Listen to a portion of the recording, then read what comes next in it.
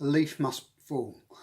I've been looking at this tune quite a lot recently, and I've gone back to the original record, and I think I've got a little bit closer this time.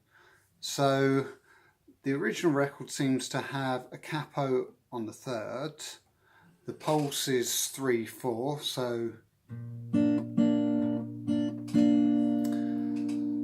but what I'm doing is I'm using my thumb to get the bass notes. Then I'm just going to use these two fingers and I'm going to put them on the 4th and 5th string, so you get this constant picking pattern of 1 and 2 and 3 and 1 and 2 and 3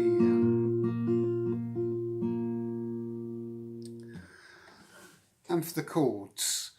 Now, he plays a G chord, but it's what I would call an Oasis style G chord. And the way you can play that is you can use your little finger on the 3rd fret of the high E string, and then your ring finger on the 3rd fret of the B string, and then you bring your other two fingers down so you get your standard G chord. So it's like a G chord with an extra note added on the B string. When you play it like that,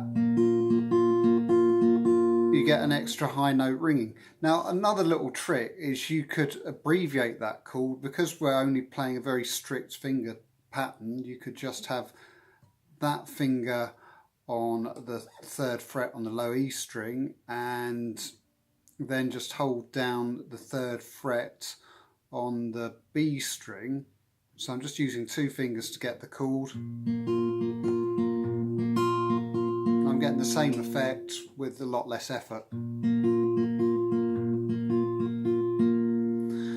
So it does the G chord for 4 bars for the intro, and then when the song starts you get 2 bars of G. It changes to A minor.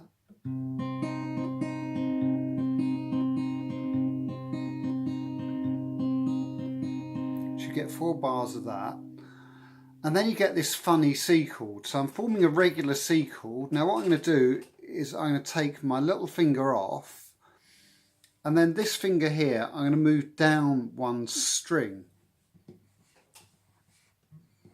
And if I play my strict picking pattern, I get this sound.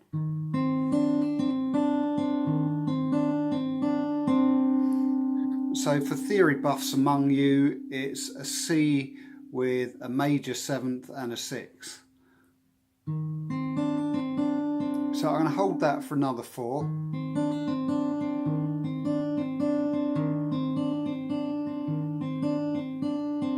And then I'm going to go to B7 for 2.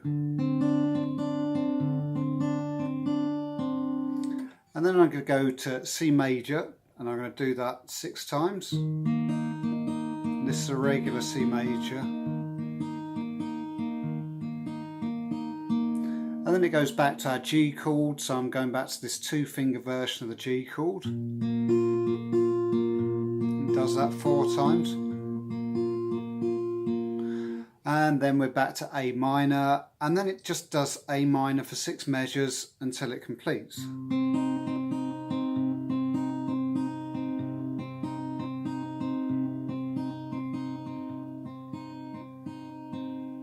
So I'm just going to quickly put all of that together.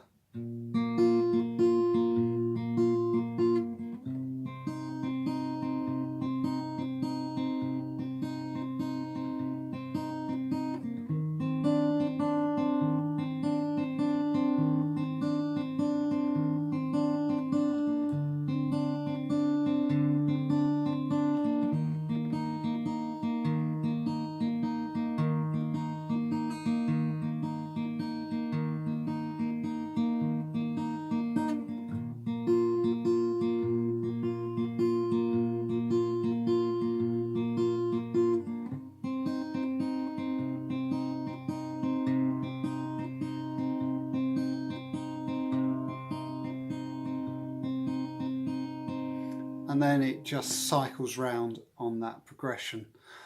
Now there's other chords implied by the second guitar, but I'm pretty sure the main accompanying guitar is just playing chords which are more simple than you'd otherwise expect, and it's the other guitar that is implying the other chords, and I'll do another lesson on the lead guitar parts.